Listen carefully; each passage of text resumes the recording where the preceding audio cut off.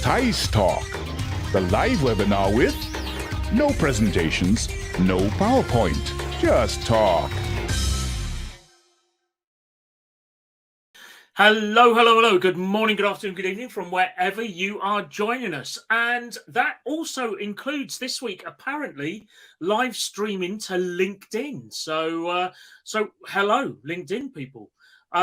So yes, welcome to another episode of teissTalk. We are talking about a subject very close to my own heart. And we have a wonderful set of three guests who will be joining us. But today we are talking about protecting yourself and your InfoSec colleagues. Now, as usual, we are going to be giving away a wonderful teissTalk mug. Look, there it is in all its glory. It's not as big as my head. It's not a Sports Direct mug. It's a regular sized one. So no risk of flooding when it comes to spilling it in your living room. But all it takes is for you to deliver a good quality question in the Q&A tab up here. Not in the chat tab just next to it, but in the Q&A tab. Regular listeners will know I get a little bit fussy about that. And your question needs to be entertaining, educational, or just plain wacky sometimes. That's all it takes to keep me happy. So without further ado, let me introduce you to our very fine and smart and, just very all-round good egg guests today. Let me invite onto the stage Carissa, Kira, and Chris. Hello, Kiara. Hi, Tom. Hello. Hello, and Carissa, how are you? I'm good, Tom. How are you? I'm very good. And, of course, we have Chris, who, as you can probably guess, is our sponsor for today. Yeah, exactly. Hey, everybody's got a book to sell, right? Got to get the branding in. Exactly. So, Chris, thank you for the chocolate bourbons and the custard creams that were sent round. They're going to go very well with our coffee. Our coffee. And thank you for sponsoring today. Now, of course, with this, none of this is a sales thing, but we are going to kick off with a little bit of research that was done by Expel on the UK cybersecurity landscape, which it also includes around sort of mental health, etc. So if the Tice Goblin could pop that up on the screen and link in the show notes, please. Then we have, Expel publishes new research on the cybersecurity challenges facing British organisations. Now, number 4 on this list, or one of the 4 things on this list, it does talk about burnout and stress, etc. But I think what's interesting, let's touch on very briefly the first few things which possibly result in burnout and stress, right? And also, answer the question, well, isn't it more stressful being a nurse or a doctor or anything like that at the moment? So, let's have a look at it. One of the first points here is, most leadership rate cybersecurity is 3rd on their list of concerns as a business. That's quite high, actually, isn't it? Yeah, I mean, I would say it's high, but if you think about the impact of a cyber breach, Tom, I mean, it's a good placed rating. And if you look at the other things on the research, power, etc., those are also big challenges. It's really interesting that corporates are finding cyber, closely behind those big challenges, those business challenges. I think the biggest problem with cyber risk is that it's difficult to quantify when an attack is going to happen or the scale of the attack. And so, that becomes really hard for businesses to grapple with and understand, how big is the risk to my business. It's also very sensationalist. You see a lot of media out there with scary stories. And so a lot of the sentiment we have is also based on fear. Yeah. And so that's also probably a driving factor behind some of the statistics. So does that mean it's actually inflated, Kira? Do you think this is too big a problem? It shouldn't be in the top 3? I don't know. I think based on the research, obviously, if you ask tech leaders, which is what this survey was of, I think that's going to be definitely nearer the top. And I'd be interested to know whether actually the cost of energy was quite as high, say, if we did this 3 or 4 or 5 years ago, as it is now. So obviously there are other factors in play as to what comes at the top of that list. But I expect that cybersecurity would be near the top of this list, regardless of when this survey had been done over the last, say, 5 to 10 years. So I don't think it's massively inflated, but I do think that there's a chance that the biggest concerns within cybersecurity might actually be not necessarily played out by the statistics that show what is actually the biggest threat. Yeah. And yet, apparently, a significant amount of security budget isn't being spent. I mean, why is that? Well, I think that it's largely to do with the amount of people that there are to actually spend it and operate it, right? So especially if you look at especially where budget is within the IT budget, right? So you're starting from a point where you're seeing a cybersecurity budget as being part of an IT budget. So it's going to be really focused towards delivering technology, and then thinking about people and processes second. And I think a large challenge for being able to spend cybersecurity budget is that you need the people to run the tech once you've bought it, right? And you need the time, the person time to be able to implement processes and mature those processes. And sometimes, we get stuck in this reactive cycle that's, really alluded well in the report.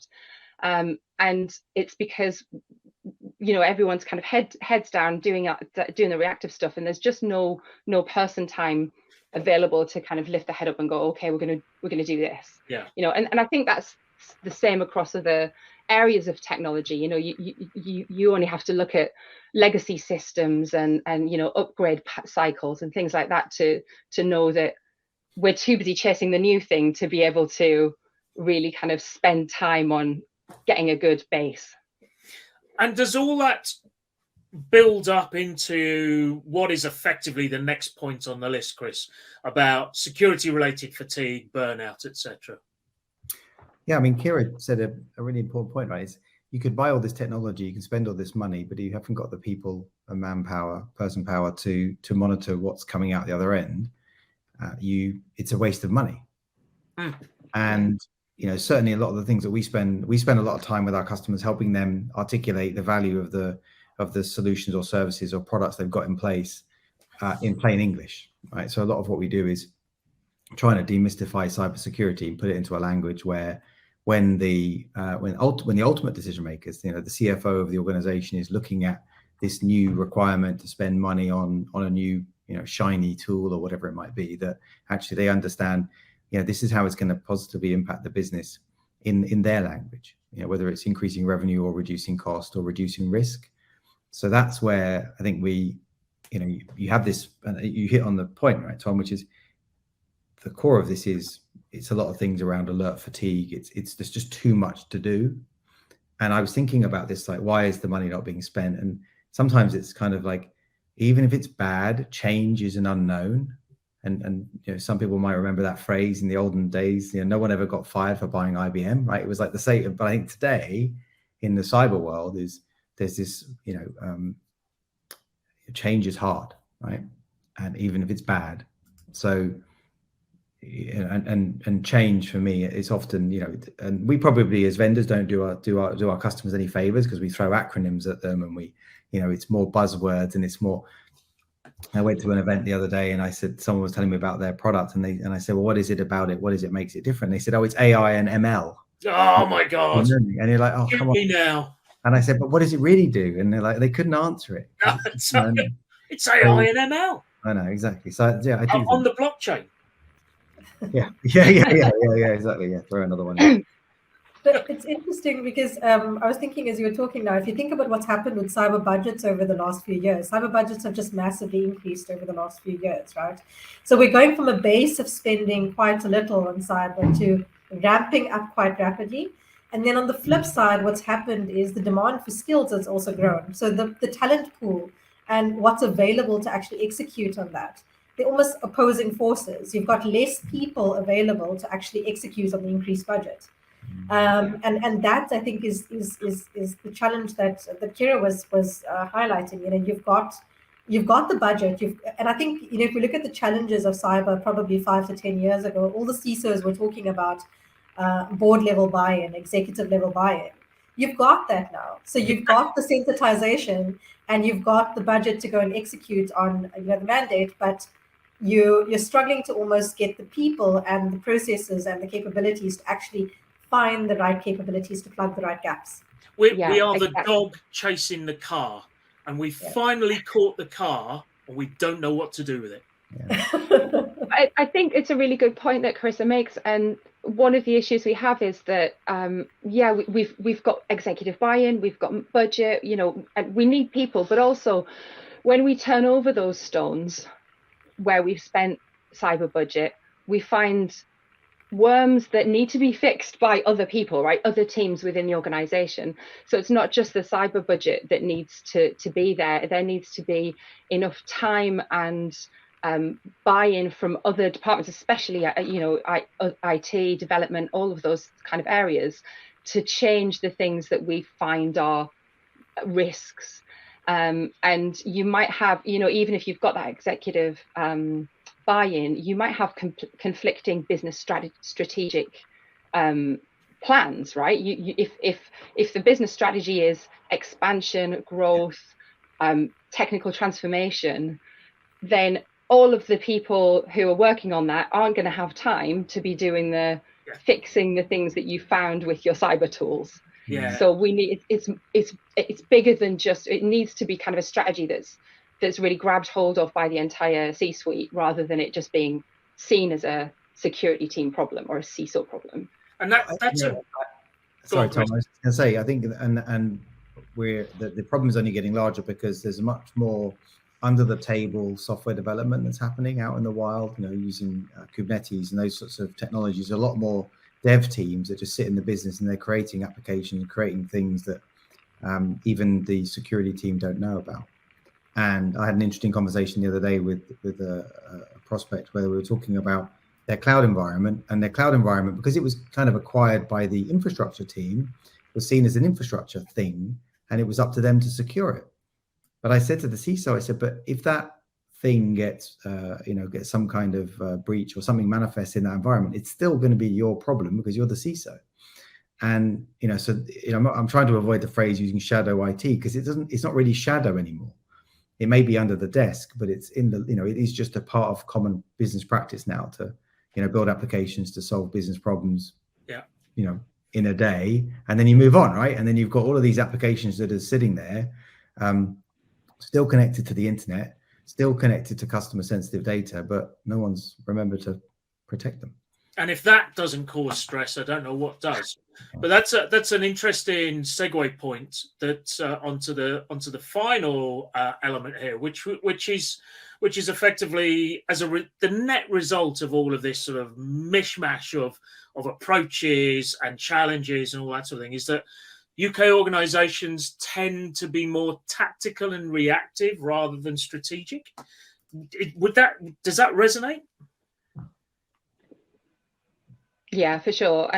Certainly in my experience, I think it's really difficult to get beyond that responsive, you know, detective mode and become more proactive. I think largely because especially smaller organizations see cybersecurity as a bit of a monolith, and they tend to kind of have one person or two people in the whole organization who they're charged with being responsible for cybersecurity. And if you take that as meaning training and education, policy, process, as well as implementing and managing technology, that's, you know, in any other kind of discipline, that's a couple of teams worth of work, right? Yeah. So yeah, that it's impossible to get out of being in a reactive mode if that's the amount of kind of brain power you're going to apply to it, I think. And being in that reactive mode permanently is going to put you is going to raise that stress, is going to raise those, those levels of anxiety, etc. as a result. Absolutely. Oh, sorry. No, do go on. I was just going to say, because dealing with, especially if you're dealing with like high volume incidents, that kind of thing, you're running on kind of high amount of adrenaline. Neurologically, it's going to contribute to burnout. On a sort of physiological level. That's just absolutely. Tom, Absolutely. Some of the best advice I got, and it's going to sound really odd, but some of the best advice I got was choose which fires to let burn. Because you are never going to get all the fires off. You're never going to be able to put all the fires off. So really consciously choose which fires you let burn, and then explain that to your business that these fires are going to be burning because I need to be focusing on these elements strategically. Otherwise, I'm never getting out of the rat race, right? Yeah. And I think we need to do more of that. We need to start consciously deciding which fires we let burn.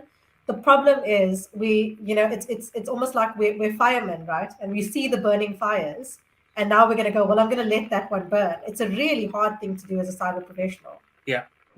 Which where context is king, isn't it? It's by being able to understand and say, look, okay, I'm seeing some fires burning, but because I have the additional context about what is the application or the environment or the infrastructure that's at risk by letting it burn.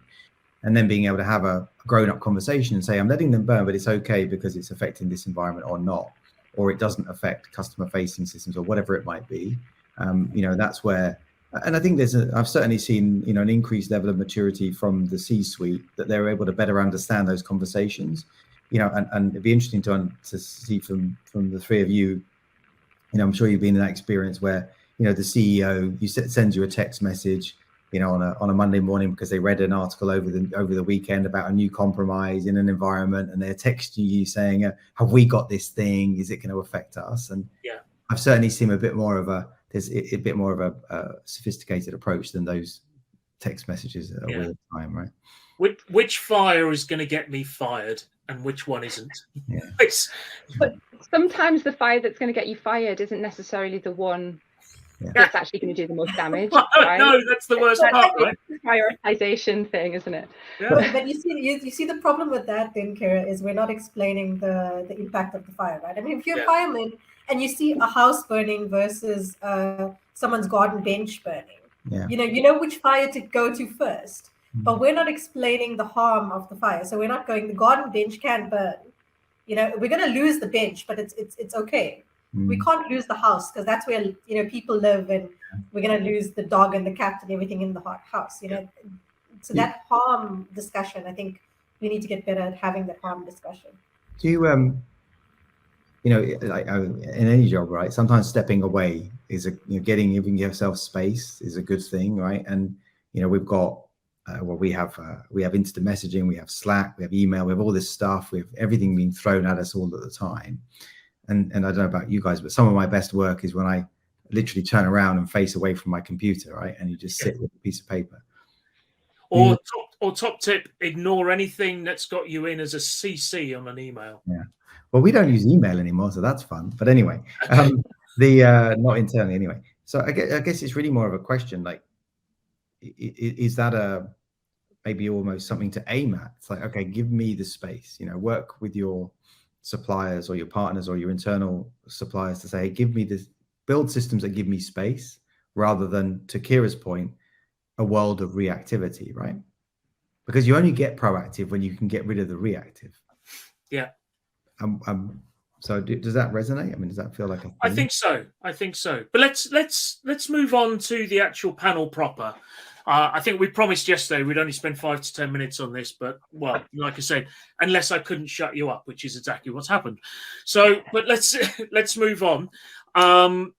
But two things first. One, if you can hear a faint crackling sound, we've actually ascertained that Carissa has got a bowl of Rice Krispies on her desk, so that's probably what that is. And secondly, it's in the Q&A tab. It's not a question, but I think it's worth, if the Tice Goblin could move the URL into the general chat. There is a link there talking about, it's the summary of 20 surveys into stress and burnout in cybersecurity. We won't refer to it directly now. I think it's going to take too much reading, but I took a very quick look. I think it's well worthwhile looking at as background material for anybody who's listening. Watching. But let's move on to the actual panel proper, as it were, for the next 20 plus minutes, which is protecting yourself and your InfoSec colleagues. And I think the first one is about recognizing burnout, and we've seen from the conversation we've just had, burnout within information security, cybersecurity professionals is highly recognized. It's definitely a thing. Certainly wasn't when I first started in InfoSec, but I think it's become much more recognized now. How do we even recognize it? Where do we even start? As a CISO or as a team leader, where do I even look, or what behaviors am I looking at to identify when somebody's suffering from burnout, and what do I do about it? That's a really good question. So I think especially if you're a manager of people, I think one of the key things is to recognize reliance on team members who are good at their job, right? So you're going to have a couple of people, maybe if you've got a team of 5 people, you're going to have a couple of people who are great. They come in every day, they do their job, they go home, they're steady, they do everything that's asked of them. And you might have one superstar who's somebody who takes on extra work, who sees that if someone else, another team, for example, isn't delivering something, they'll go out of their way to do it for them, and they'll get the recognition. You might have a reward scheme internally for employees, for example. There'll be somebody who always gets that recognition, and the risk is to burden them too much, or allow them to be burdened too much, or even just to say, okay, they're fine, I can leave them alone, and I can focus my attention on managing maybe the people who aren't performing so well. And that's really the first step, where you should be kind of thinking, okay, I need to sort of intervene here, because that person is going to end up in a position where they might experience that sort of burnout. So helping staff to feel empowered to be able to take time, for example, to think, as Chris suggested, taking time out to not be constantly in a reactive sense. But it's sort of promoting a really positive and inclusive security culture as well within the organization, right? So that people don't feel afraid to speak up if they feel overloaded, if they feel that there are risks that are going unaddressed, and not having a culture of sort of punishment or blame with security issues and incidents. Yeah, I mean, just to add to what Kira's saying, I think also we have to realize that burnout looks different in different people, and stress looks different in different people. I've had people that become, very agitated or aggressive when they're stressed out. I've had people that become very defensive. They just say no to everything. I've had people that become very withdrawn. So, the behavior of what a person that's under pressure looks like is different based on personalities and their circumstances. So that's the first point I'll make. So it's not going to be like a cookie cutter approach that I can say, go and look and be someone who's screaming at everyone, and that's the hello cat. Yeah, so we've finally got our 4th panel member arrived. Yes. I should visit, didn't I? It's time. Gorgeous, though. Yeah. So, it's not going to look like a cookie cutter approach. The second thing is, it's not always the line managers that will pick up a stressed out individual. It may be your coworker that picks it up before you do. It may be someone that works with you that actually notices it before you notice it yourself. So I think also just being very attuned and aware to changes in behavior. So if someone is very outgoing and they become suddenly all of a sudden really withdrawn, question that. Just stop. We're so busy, but we should just stop, pause, and ask, are you okay? So just looking out for that changes in behavior, I think, is really important, and it must happen at all levels, not just line managers, not just your CISO. Everyone should be looking out for each other. Yeah, 100% agree with that. You're absolutely right. Changes in behavior, and especially, that kind of shortness or any kind of emotional response to issues that seems kind of out of place or out of character. It's a huge flag, isn't it? I think there's also cultural differences as well, and I think there's a book I read recently, the Culture Map by Erin Mayer, which is mostly about communication and different styles of communication across the world, etc. And I think, different cultures will display that frustration and that anxiety in different ways too. In the world of global organizations, even more so now that, we're much more attuned to, remote working generally. That's going to be quite hard to pick up. I mean, it's hard enough to pick up when you're sat next to the person in the office, let alone when you're on a different time zone and looking at each other through a small screen. Or even if it's an asynchronous communication via a Slack channel, right? It's not. Oh my goodness, yeah. How often do we misread how someone's written? I think about this a bit. Sometimes there's a risk that you read what's being written by someone else, not how they've written it, but because the emotional state that you're in, it comes out. You read it defensively, right? You read them if they're being defensive, even though they're not. Well, you read them in accordance to the state of mind that you're in as well. Yeah, exactly. Yeah, I think. Sorry, go on. I was just saying, like when you said earlier on about you're talking about the different team members, and it is interesting, isn't it? Like the one that's the most effective one is the one that's most likely to burn out, because they're probably the one that's most open to taking on challenges that aren't their job, saying yes to people that actually they should be saying no to. And they're the kind of, in the olden days, you'd almost say they're the rock star. They're the A player because they're the one that gets stuff done. But actually, you find that in some situations, the rest of the team are almost relying on them too heavily. Yeah. Yeah, and it's self-perpetuating as well, isn't it? If you have someone like that and they're constantly rewarded for basically taking on too much, they'll continue to do that, and you're sort of feeding this sort of toxic situation where they'll end up kind of burning out. I think what you mentioned, Tom, about cultural differences as well, I think it's probably also evident in generational differences. I think we've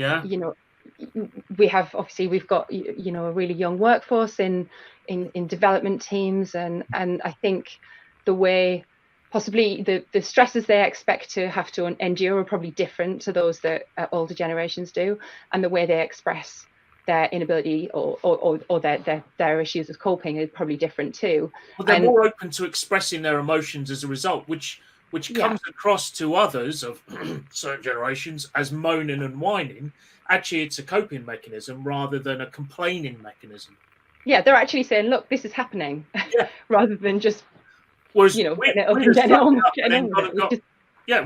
suck it up and then gone and drunk a bottle of whiskey or something or whatever. Yeah, and have a heart attack at 50 and you can't even enjoy your standard salary pension, right? So that's how you deal with stress.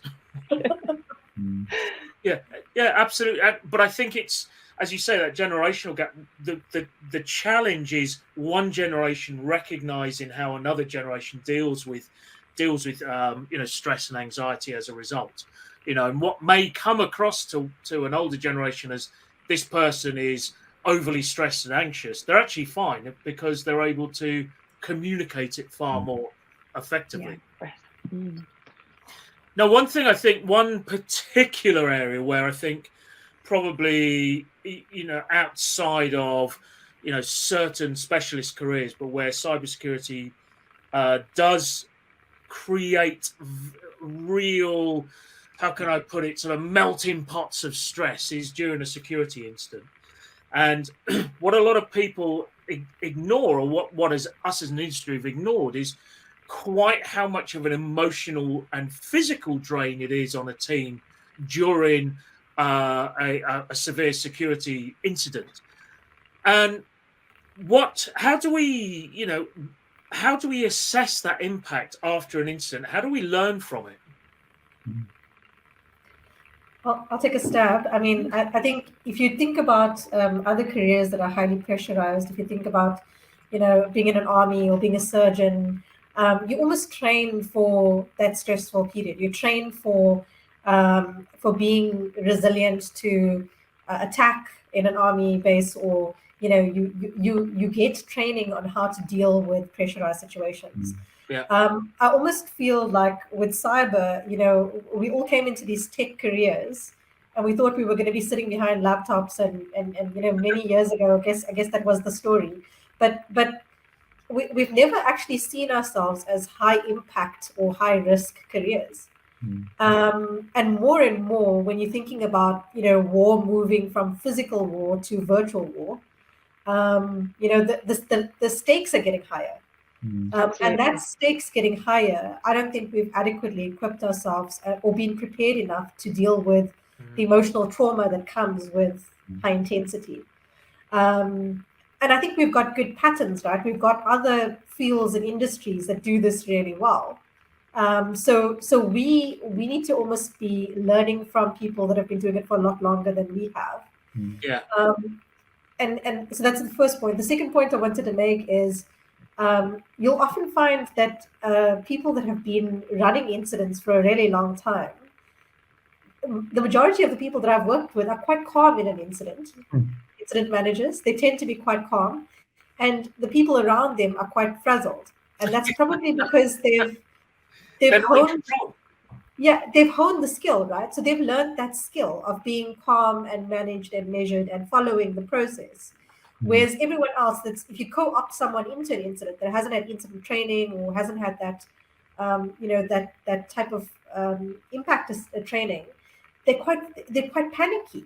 So we know that training ourselves and practice makes us calmer in an incident. And I think that training, not just for the incident team, but across the organization, is so critically important to reduce stress levels and reduce panic in an incident. Yeah, I totally agree. And I think, like Mike Tyson said, everyone has a plan until you get punched in the mouth, right? Yeah. So we need to practice being punched in the mouth. And I thought it was interesting that from Chris's report, measuring preparedness for an incident came quite low in the KPIs, if you like, that security teams report on. And actually, I think it's a really important one if we're considering things like being prepared for incidents and looking after our teams and being able to respond to incidents effectively. So we need to have an incident response plan, obviously, but we also need to practice them, right? And we need to practice them more than once a year. And we need to include everyone in those. We need to include C-suite, exec. We need to include literally marketing. a stress test. Yeah. Exactly, real stress testing, and make sure that people really kind of, so when the real thing happens, they know what their role is, because that helps to reduce that panic as well. If people know what they're supposed to be doing and where they fit into that process, then they're not kind of running around going, oh, what do I do next? Who's this?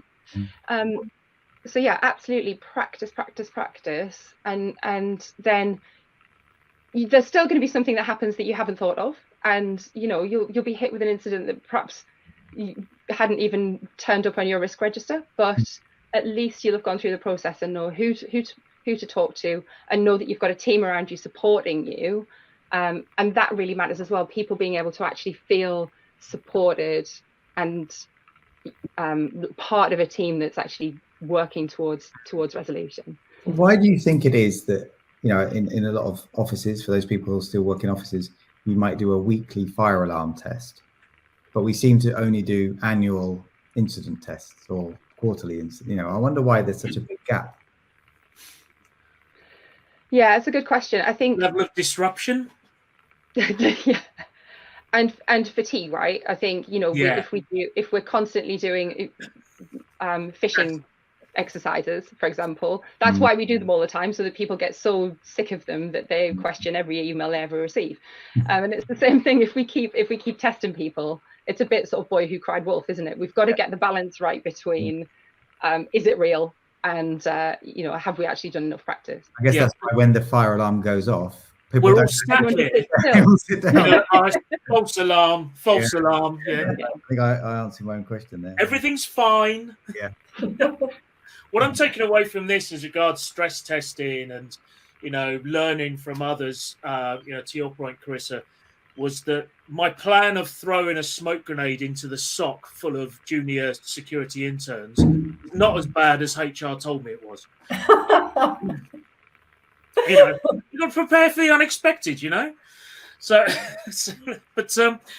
but I think it's. But we know it's stressful, but and we recognise that, and we train for it. Or I think it was Kira. I think it was you said it's the people who are doing the thing who are calmer than those that aren't. The ones that are poking around above are because they're not involved, they don't know what to do, etc. But it doesn't take away from the fact that actually, as an industry, and therefore, that we deal in secrets, we deal in crisis. We're expected to fix things every time they go wrong, but we're only measured on failure. And that creates in itself a very sort of toxic environment that ensures that we are constantly on edge. Yeah. And how much of that is our own narrative, though, Tom? Because all it's of only it, us that are doing it. We're the because markers. exactly, because what we're talking about is we're talking about how many incidents we've had. We're not talking about how much of money we've saved the company with regards to potential customer impact or fraud or whatever. Our metrics are all centered around exactly what you're talking about. We've prevented it. And I think we need to start changing the narrative. We need to be talking about how cyber enables the business, how cyber builds towards the business strategy, more than just the taking away. I think the other thing we're really bad at doing is prioritization, because everything is urgent in cyber. Absolutely everything. Rome is burning all over. It's just everything's on fire. And if you really take a step back and you think about what is actually important, and needs to be done immediately, it puts a very different spin on the conversations you're having. It's not that cry wolf conversation all the time. It's a lot more measured. It's a lot more proactive a conversation than panic. What sort of example should we be setting as leaders? We're all here as leaders or execs in our industries, in our companies. What sort of example should we be setting? How do we break this cycle? So I've written an article, and maybe the teissTalk would put it in. It's basically, it talks about how to be how to lead when your superheroes need a superhero. And I talk about three things in that space. I talk about basically modeling balance, and balance is really hard because it means different things to different people. So I'm comfortable working at 2 a.m. in the morning, and that's my balance, because it means when I switch off in the afternoon, I get to spend some time with my kids. But finding that balance and my balance, and understanding that my balance is different to somebody else's balance. They're not awake at 2 o'clock in the morning when I'm working. So being conscious of that balance, I think, is the first thing. The second thing is we're human, we're not robots. So we're going to have days where everything just feels like, I've got the worst job in the world. Like really, I cannot deal with my job today. And if we were going to hire robots, then nobody would care about the fact that we're having a bad day. But we are human, and so we have to deal with each other like humans. And I do something which my team has now gotten to calling stopping to smell the strawberries or stopping to smell the carrots, because I've started a vegetable garden outside my house, and when I'm really in a mode where I should not be talking to people, I go and take a 2-minute walk outside and just go and look at a carrot or a strawberry or whatever's in the garden. And it just helps centers me. But they know that I do this. So they know, I'll tell them, I'm taking a walk outside to go look at the carrots or look at the strawberries. I'm having a sniff break. Yeah, I'm having a sniff break. So and by me doing it, it becomes normal, right? So they're allowed to do it as well. So I'm modeling that, which I think is hopefully really important. Yeah. So I think there's little things like humanizing ourselves, the fact that we don't have everything sorted out. None of us have everything sorted out. It's normal to feel like you're falling apart sometimes. Yeah. And just normalizing that conversation, I think, is really important. Yeah, Carissa, I think that modeling authenticity is really important. To help people to feel comfortable and able to sort of show vulnerability, I think it's really important for us to be able to do that as well. And like you say, if you kind of get to the point where you're like, I'm gonna go and have a smell of a carrot, just leave me alone. That's great, right? Because it gives people that window into you being a human, like as you said. And I think if people don't feel that they get that from you as a leader, or even as a cybersecurity professional within your organization, then they're not necessarily going to have the confidence in being able to speak up if something's gone wrong, or being able to say, look, I'm really struggling, can I have a break, or can we have a chat? And so absolutely, that's somewhere where we need to lead from the front in terms of being able to show that authenticity and vulnerability. Yeah, I think, and it's something we've all experienced. We want, as leaders, we want our team members to aspire to our position. I mean, that it's both an egotistical as well as a, functional part of being a team leader. You want people to, to look up and respect you, etc. But if all they're seeing is somebody who's a workaholic, who's bad-tempered, who doesn't deal with stress very well, then actually that's their model for how to be successful, and that's not a great model at all. And I know from myself, and I don't wish to sort of dilute what's the content that's been put up there, but I did share with the teissTalk a link that I made in a blog post of my own about my own struggles with mental health in a high pressured CISO, international CISO role, etc., and what that resulted in. And it's very real, and from the outside, everything was normal. Nobody could see anything. So we do talk about, how do we recognize burnout? How do we see what, how do we reduce employee stress? Well, nobody knew that was going on for me. So it's very difficult for us to always say, oh, well, I'm always on the lookout for employee stress. So sometimes it's not very clear either as well.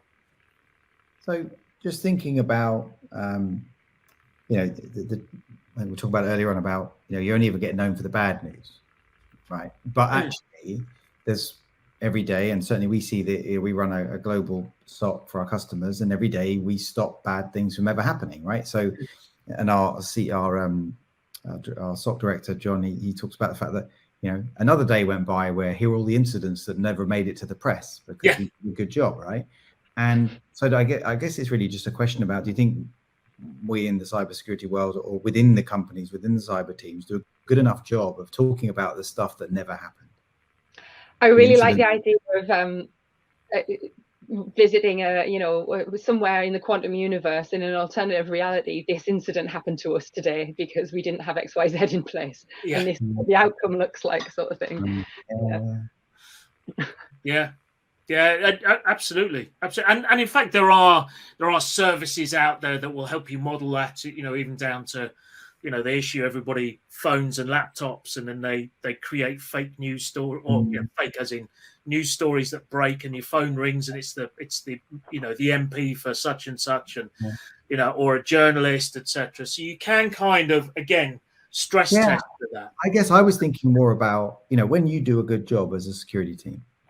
You detect, you defend, and you protect against an attack, and then the attack doesn't obviously materialize because you did a good job. That How do you measure a negative? Well, no, it's more about quite often that just goes. It's just you're just doing your job. It's like, oh, good, another day we stopped a thing. And so what we're doing in our own SOC is actually we share those internally, so everyone can say, good job. We stopped another thing from happening. Yeah, nice. Yeah. And my point is, it never makes the press because we did a good job. But internally, to really help try and combat some of that burnout, that stress, that fatigue, is actually, today was a good day. Yeah. I think that's something that's worth celebrating. And I think that's something that actually helps reduce that stress and anxiety, because it is being recognized that nothing has happened. Which is a good thing. There is a question, and which we do not have time to answer directly unless somebody can answer in 10 seconds. From John Acornley, are there operational KPIs that can help InfoSec personnel to feel less stressed by knowing that they are performing well? I think this addresses it almost head on, which I think is very good. Anything else in 20 seconds to answer on this front? I think just that preparedness, that if there's a way of measuring preparedness for incidents, in terms of, have you practiced your response plans, that kind of thing, that would be my go-to. Very good. Okay, so let's draw this to a close. We literally have minutes left. In grand tradition, I go around the panel and I offer them a random amount of time to give a piece of advice. What's the one thing that our audience could do the moment they get back to their desk tomorrow morning, as regards stress, burnout, understaffing, overworked, etc., etc. Kira, let's start with you. You've got 10 seconds. Sorry. I would just say listen to people. Just make have open meetings for any of your direct reports, people under them, peers, just to say, how are you doing? Is there anything you're finding difficult? Let's have a chat about it. Just not and put yourself first by saying, this is what I find difficult, or this is what I'm struggling with, and kind of make it a conversation. Yeah. And Carissa? I think give yourself the permission to stop and smell the carrots, guys. Yeah. That's going to be a new phrase of mine, stopping and smelling the carrots. I like that. And Chris?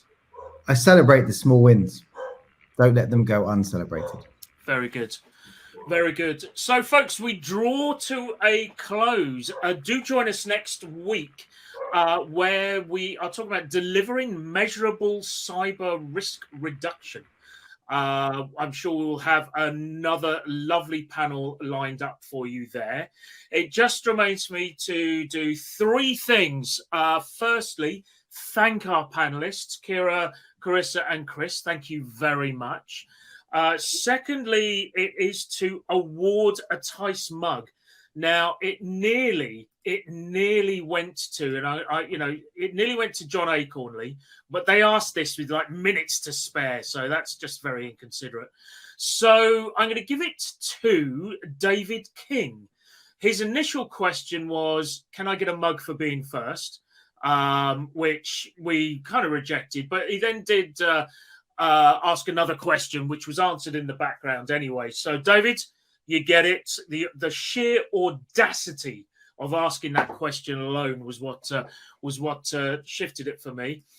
Finally, I often close with a what I think is a slightly humorous thing, but again, second week in a row now, I'm going to a little bit more serious. Stress, burnout, etc., extremely important in our industry. We've seen it time after time. It often goes unhidden. Just know that in this industry and in your own, if you are suffering from stress, burnout, etc., you're not alone. And I'm sure you can find somebody that you can at least open up a little and just start talking about it. Because trust me, it's not worth it. It really isn't worth it. And stop and smell the carrots occasionally. So, folks, thank you very much indeed. Apologies for running over by about a minute on this one, and I look forward to seeing you all next week.